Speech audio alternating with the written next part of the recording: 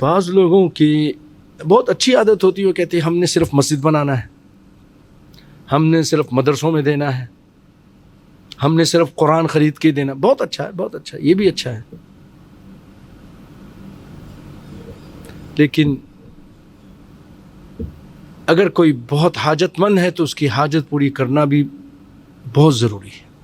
کبھی کبھی مسجد بنانے سے وہ چیز بہتر ہے. کسی بیٹی کی شادی ہو جائے اور آپ مسجدیں بناتے رہیں اور لوگوں کی بیٹیاں بغیر شادی کی بوڑھیاں ہو رہی ہیں، آپ کو بہت اجر ملے گا. آپ کے پاس تو بہت پیسہ تھا، آپ نے کسی ایک کی اس طرح نہیں کرائی.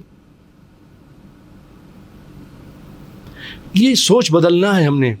بعض لوگ بس پتہ نہیں کہاں سے اسے لے آتے ہیں.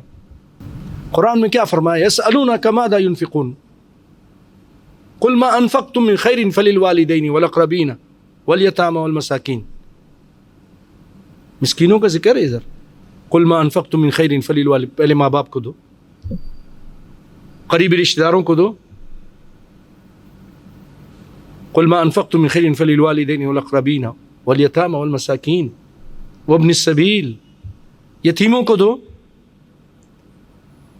یتیم تو بھوکا مر رہا، آپ کے نہیں شاندار مسجد بننی چاہیے، لوگ پڑھیں گے قیامت تک مجھے اجر ملے گا. ٹھیک ہے، ملے گا انشاءاللہ العزیز، لیکن آپ کی اس غفلت کی سزا بھی ملے گی. اگر وہ مر گیا بھوک سے، بچی کی شادی نہیں ہوئی، وہ بدکاریوں کی طرف چلی گئی اور آپ کر سکتے تھے اور نہیں کیا، تو یہ تھوڑا دماغ ہمارے سیٹ کرنا پڑے گا، اس کو میٹر کو ٹھیک کریں.